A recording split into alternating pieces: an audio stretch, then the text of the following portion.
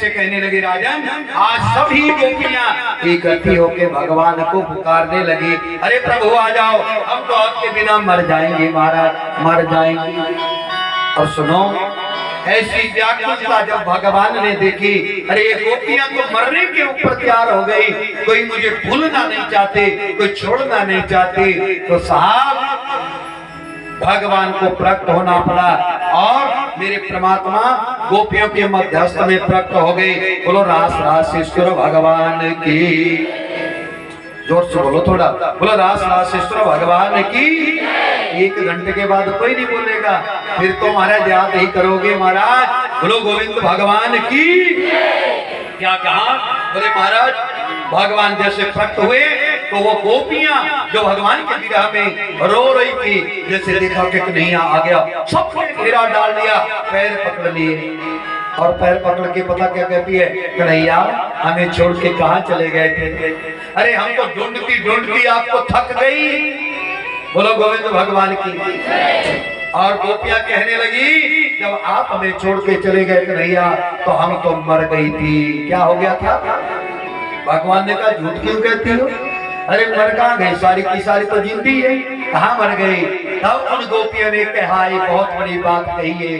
गोपियों ने बहुत प्यारा गीत गाया है भागवत में, जिसको गोपी गीत कहते हैं। गोपियां कहती है, हम बची महाराज आपके विरह में, हम यदि बची है तब कथामृतम तप्त जीवना कवि विरेता कलमसाप। क्या कहा? हम बची तो आपकी कथा के रूपी अमृत ने हमारे को बचाया। गोपियां कह रही, माता मैं नहीं बोल रहा, भगवान के विरह में हम आप लोगों को संजीवनी का काम, ये मेरे परमात्मा की कथा करते हैं, भागवत की कथा करते हैं, यही हम आप लोगों को जिंदा रहने का टॉनिक है, खुराक है। यदि भगवान की कथा मिल जाए तो समझ लो कि हम आप लोगों का बेड़ा पार हो गया, अन्यथा होने वाला नहीं। बड़ी जरूरी हमारे आपकी कथा ने बचा दिया, आपके वियोग में बस हम आपकी कथा शेख जी को सुनाती रही। और कन्हैया अब ऐसे कृपा करना कि हमें छोड़ के नहीं जाना। भगवान ने कहा, गोपियों सुनो, जन्म लेकर के मरना सच है। क्या? जन्म लेके मरना सच है और मिल करके बिछड़ना भी सच है। और बिछुड़ के मिलने का कोई पता नहीं है, दूसरी बार मिलने का ना मिलने। पर देखो देवी, मिलन हुआ है तो बिछोड़ा हमारा हमें नहीं छोड़ के जाना। भगवान ने कहा, देवियों अब ये दुनिया का स्वभाव है, पर मैं किसी को छोड़ता नहीं। भगवान जी कहते हैं कि मैं किसी को नहीं छोड़ता, पर ये जीव ही है जो मुझे याद ही कहाँ करता है। तुम्हारे पास मुझे याद करने की समय नहीं है महाराज। वो को कहाँ ढूंढे बंदे, मैं तो तेरे पास में, ना काबे कैलाश में, मैं कहीं नहीं, मैं तो तेरे हृदय में हूँ। और कभी कोशिश नहीं की हमने, बोलो की कभी भगवान को ढूंढे, कहाँ करे, कहाँ? और गोपियों ने यहाँ आनंद मनाया। सजनों कथा तो बड़ी है, इस समय का थोड़ा अभाव। और इधर नारद मुनि जी आगे सीधे चले गए कंस के पास मथुरा में। भगवान की उम्र हुई है 11 वर्ष 52 दिन। कितने? 12 साल के पूरे नहीं हुए, 11 वर्ष 52 दिन के कन्हैया हो गए। नारद ने जाके कंस को कह दिया। कंस पहले तो बड़ा डर रहा था, मेरा काल मेरा काल मेरा काल। अरे अब मुझे पता नहीं। और सुनो, मैं बताता हूँ तेरा काल कहाँ है। जो नंद यशोदा के यहाँ बलराम और कृष्ण है, वो दोनों जो कृष्ण है वो देवकी का अष्टम गर्भ है, और वही तुम्हारा काल है। बोलो गोविंद भगवान की। पता लग गया कि ये है ना। और सुनो, तब भी कंस क्या करता है, अपने काल से बचने के लिए, यहाँ राजा परीक्षित को पता लगा था कि मौत नजदीक है, गुरु की शरण में चला गया। और यहाँ राजा कंस है जो गुरु की शरण में नहीं, मैं तो अपने काल को मारूंगा। काल को कोई नहीं मार पाया है, ना काल को कोई जीत पाया है। काल को जीतना है तो भगवान के भजन के द्वारा, भगवान की भक्ति के द्वारा काल पर विजय को प्राप्त कर सकते हैं। बोलो गोविंद भगवान की। और नारद मुनि ने कहा, बोले कंस देखो, अभी वो दोनों बच्चे हैं, 12 साल के हुए नहीं, ऐसा करो अभी जल्दी से उनको बुलाओ मथुरा में। बोले कैसे? नारद मुनि ने पूरी सलाह बना दी महाराज। क्या कहा? बोले तुम्हारे पास जो परशुराम का दिया धनुष है, उस धनुष का बेला रख, साथ में कुश्तियां रख दो, बलराम कृष्ण को बुला लेना, बलराम कृष्ण आएंगे, तुम्हारे पास बड़े बड़े योद्धा है, काणो और मुष्टिक प्रतोद साल्वा हैं, तोषण आदि, उनको बस जैसे वो बच्चे आए तो कैसे मरवा देना, अभी छोटे हैं, मर गए तो ठीक, नहीं तो कल को मुश्किल हो जाएगा कि जो आनो। कंस ने कहा नारद मुनि तेरे बराबर हित से कोई नहीं। अरे तेने मेरे को कितनी अच्छी बात बता दी और मैं युक्ति भी बता दी। और नारद मुनि जो वहां से सीधे निकल गए, कहां को? वृंदावन में जाकर भगवान जी से कहा, बोले हे महाराज कन्हैया बताओ उस पापी कंस का उद्धार कब करोगे? बोलो गोविंद भगवान की। तो तुम्हारा भगवान ने कहा नारद मुनि आप क्या चाहते हो? बोले महाराज मैं उसको परसों को मारा देखना चाहता हूँ। बोले महाराज नारद मुनि मैं जानता हूँ, वहाँ मामा जी के पास जाके पूरी खबर मेरे पास बाद में आए, पहले योजना मामा जी की हम लाके आए हैं। कहा महाराज आप तो जानते हैं सज्जनों कंस ने कुश्तियों का आयोजन वो भी इमीडिएटली तीसरे दिन के लिए रख दिया और ढिंडोरा पिटवाया गया।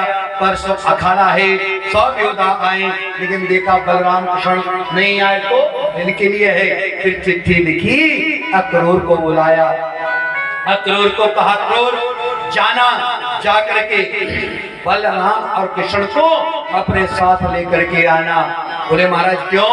बोले अक्रूर तो नहीं जानता जो बलराम और कृष्ण है ना वो भगवान का अवतार है।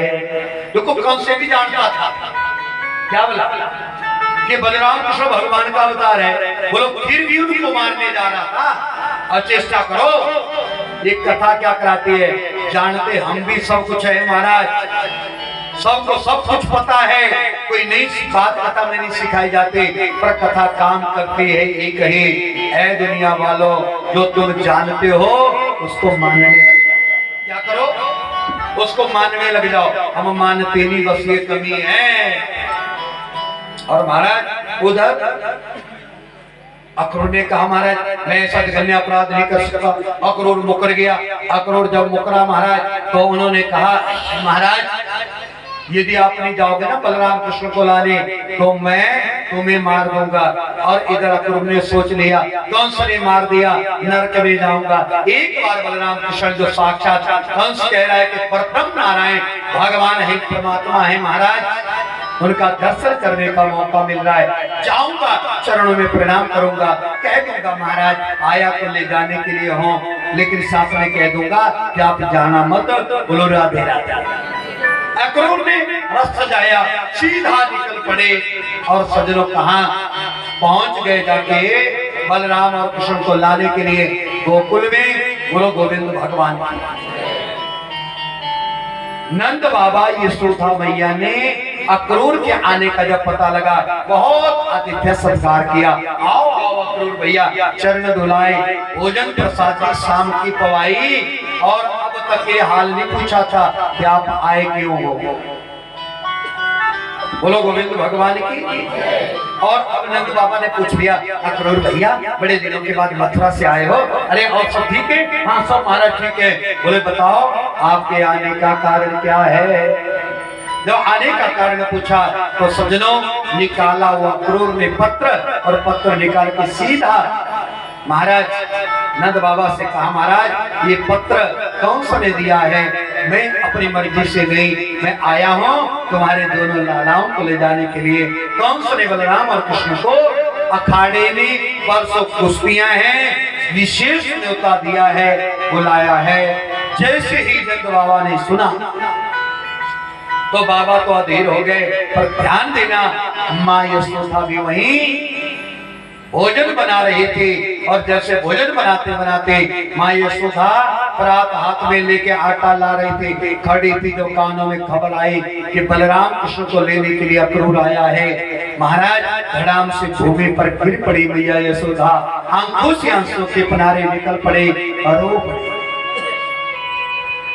एक माँ को पता लगा, अरे ये अक्रूर ऐसे नहीं, मेरे दोनों बालकों को मेरे से दूर करने के लिए आया है। और सज्जनों, एक माँ के लिए सबसे बड़ा दुखदायी क्षण होता है जब उसका बालक, उसका पुत्र माँ के यहाँ से दूर जाता है। बोलो गोविंद भगवान। माँ यशोदा रोने लगी और कहा, अक्रूर भैया, आपने जान कैसे लिया? मैं अपने दोनों लालाओं को तुम्हारे साथ भेज दूंगी। अरे बलराम और कृष्ण तो मेरी दोनों आंखों के तारे हैं और योग भी बुढ़ापे में जाकर के हुए हैं। मथुरा में जाके मेरे पुत्र वहां सलामत रहेंगे, इस बात की गारंटी क्या है? और महाराज जोर जोर से रो पड़ी। जैसे रोने लगी मैया, महाराज बेहोश हो गई। इतनी में कन्हैया आई, माँ को रोते देखा, गले लगाया, माँ आप क्यों रो रही हो? बताओ तुम्हारे रोने का कारण क्या है? माँ ने कहा, बेटा तुझे पता है ये अक्रूर क्यों आया है?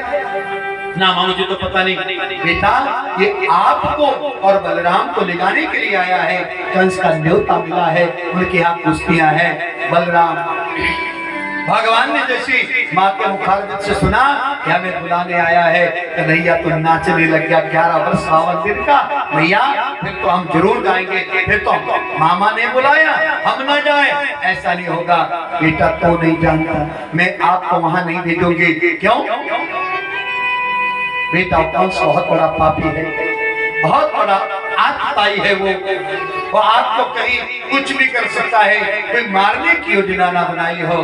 भगवान 11 वर्ष 52 दिन के मैया यशोदा से कहते हैं, माँ तुम्हारा दूध पिया है, सौगंध तुम्हारे दूध की। यदि कंस ने ऊंच नीच कोई ऐसी हरकत करी तो कंस को जिंदा नहीं छोड़ूंगा, चकनाचूर करके आ जाऊंगा। माँ यशोदा कहती, बेटा तेरे दूध के जानता है तो उस कंस को नहीं जानता, बहुत बड़ा बलिष्ठ है, बलशाली है। मैं अपने लाडले को नहीं भेजूंगी।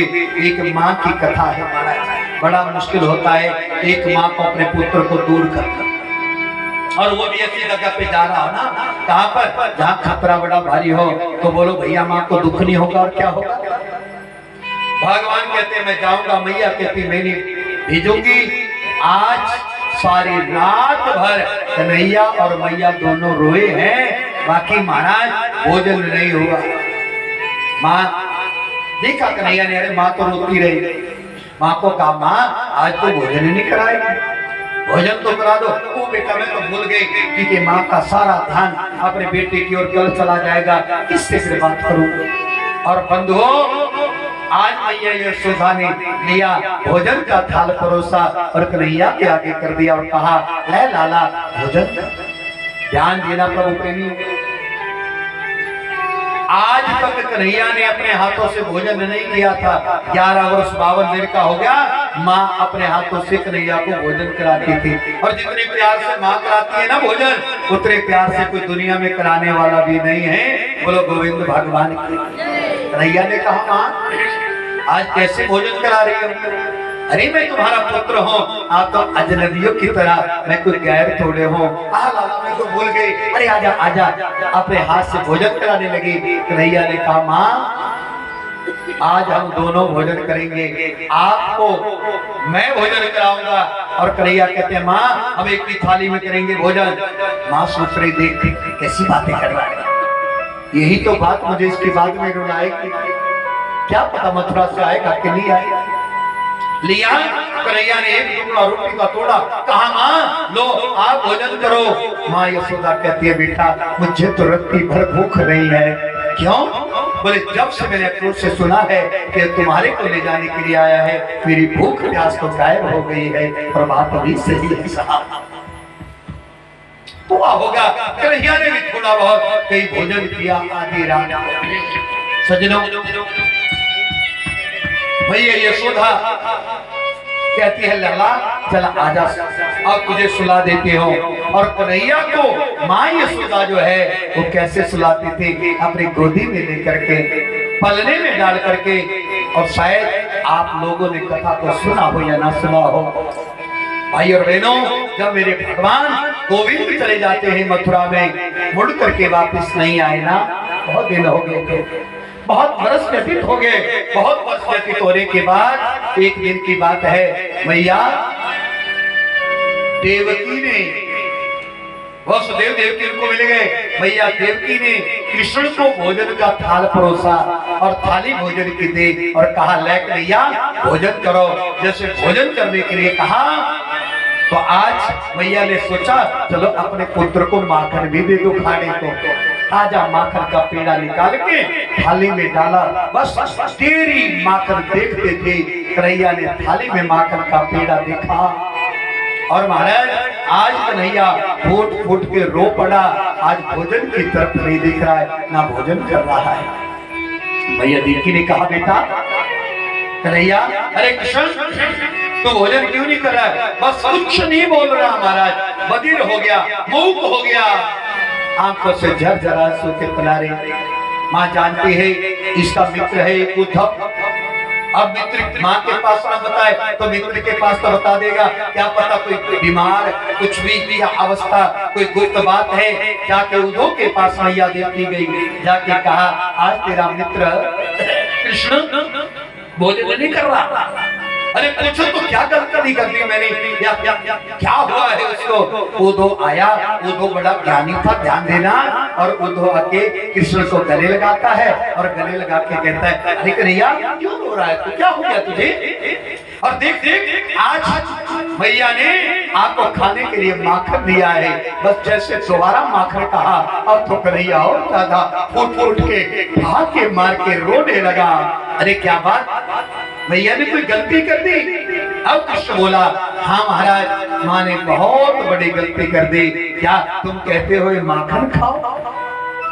आप लोगों के लिए माखन हो सकता है लेकिन मेरे लिए माखन नहीं, मेरे लिए तो मेरा बचपन है। अरे इस माखन को देख करके मुझे अपनी माँ यशोदा की याद आ रही है। जो माँ यशोदा बाल्यकाल में कभी बासी माखन भी खाने लग जाता था तो इतने प्यार से कहते थे अरे कहना कन्हैया रुक जा तुझे ताजा माखन बिलो करके देते हो। अरे मुझे आज अपनी मैया यशोदा की याद आ रही है, न जाने मेरी माँ यशोदा किस तरह। उद्धव ने कहा तू यहाँ खाम खा रो रहा है? अरे तेरी माँ यशोदा तुझे याद नहीं करती होगी कि नहीं करती होगी? नहीं ऐसा हो नहीं सकता। अरे मैं जाता हूँ तुम्हारी माँ का हाल देख के आता हूँ। और सजनों समय में उद्धव गया था, कन्हैया को कहा तुम भोजन करो और मैं जा करके देखता हूँ। और जैसे ही जा करके महाराज गए हैं आगे, जब नंद यशोदा के घर के बाहर पहुंचते हैं जैसे कैसे तो मैया यशोदा अंदर पलने को झुला रही होती है और क्या बोल रही है? सो जा रे कृष्ण कन्हैया तेरा पलना झुलावे तेरी मैया। सो जा रे कृष्ण कन्हैया तेरा पलना झुलावे तेरी मैया। सो जा रे कृष्ण कन्हैया तेरा पलना झुलावे तेरी मैया। सो जा रे कृष्ण कन्हैया तेरा पलना झुलावे तेरी मैया। चंदा भी सो गए तारे भी सो गए, चंदा भी सो गए तारे भी सो गए, चंदा भी सो गए तारे भी सो गए, चंदा भी सो गए तारे भी सो गए, तारे भी सो गए।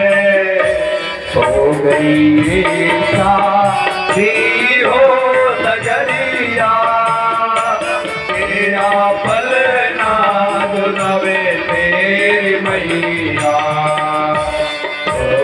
सो जा रे कृष्ण कन्हैया तेरा पलना झुलावे तेरी मैया। पलना झुलावे तेरी मैया। भाव देखना हूँ। दो दरवाजे पे खड़ा हो गया और अंदर मैया यशोदा कहती, अरे लाला सो जा सो जा, तेरा पलना तेरी माँ चिल्ला रही है। और बाहर से उद्धव ने आवाज लगाई, जय सिया राम मैया, जय सिया राम। माँ यशोदा कहती, अरे भैया धीरे से बोलो जय श्री राम। बोले क्यों? बोले मैं अपने पुत्र कृष्ण को सुला रहे हो, और कृष्ण को गए तो बरसों हो गए थे। ध्यान देना महाराज। उद्धव ने जब देखा आवाज लगाई, ओ मैया इस कृष्ण को सुला रही हो, तो मैं तो कृष्ण का मित्र मथुरा से तुम्हारे पुत्र का संदेशा लेके आया हूँ। बोलो गोविंद भगवान की। माँ यशोदा ने कहा, अरे कृष्ण का मेरा कृष्ण तो कहीं गया ही नहीं है। ये होती है माँ की ममता, तकिया डाल के घुमा रही है मेरा लाला सो जा।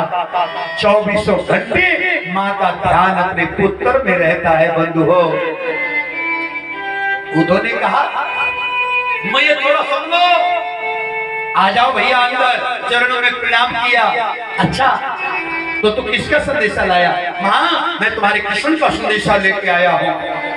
और देखो माँ तुम किस तरह से बावड़ी होके उस कृष्ण के लिए रो रही हो। ध्यान देना, अब लगा उद्धव अपनी माँ को भगवान का संदेशा सुनाने। माँ को कि महाराज देखो, ओ भैया तू तो दुनिया की माताओं की तरह रो रही है, जैसे दुनिया की माताएं अपने बालकों के लिए साधारण माता रोती है ना। अरे माँ तुझे तो गर्व होना चाहिए, आपको खुशी होनी चाहिए। क्या खुशी?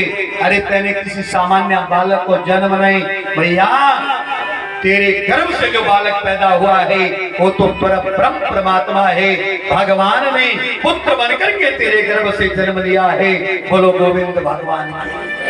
क्यों बता रहा था? ताकि माँ रोना बंद कर दे कि मैंने भगवान को जन्म दिया है। और आप लोग जानते हो, बुरा मत मानना साहब, किसी माँ का पुत्र चाहे मुख्यमंत्री बन जाए, प्रधानमंत्री बन जाए, जिलाधीश बन जाए, डीसी लग जाए, लेकिन जब घर में जाता है तो माँ ये नहीं कहती कि आजा मेरा डीसी, वो यही कहती है मेरा पुत्र, आजा मेरा बेटा। माँ के लिए तो वो पुत्र ही होता है। दुनिया वालों के लिए भले वो जितना मर्जी बन जाए। और माँ ने कहा, अच्छा तो क्या संदेशा लाया है? बोले मैं बस कन्हैया का संदेशा ला के आया हूँ कि वो भगवान। अच्छा तो तू ये संदेशा लेके आया मुझे बताने क्यों भगवान है? बोलो गोविंद भगवान के। ध्यान देना मेरे भाई और बहनों, उस समय मैया यशोदा ने कहा था, ऐसा संदेश उद्धव, यदि तू अपने मित्र का संदेशा लेके आया तो एक संदेशा इस माँ का भी अपने उस पर ब्रह्म परमात्मा जो आपका भगवान, पर मेरा तो बेटा है, मेरा पुत्र है, एक संदेशा मेरा भी उसको दे देना। हाँ माँ बताओ क्या कहना है उसको? उस समय माँ ने बहुत बड़ी बात कही। उस माँ ने कहा, बोले जाओ उस भगवान को जो तुम्हारा आज भगवान बना फिरता है ना, ये पर ब्रह्म नारायण है, वो क्या जाने एक माँ की ममता क्या होती है, एक माँ को पुत्र कितना प्यारा होता है, क्योंकि वो तो भगवान है ना।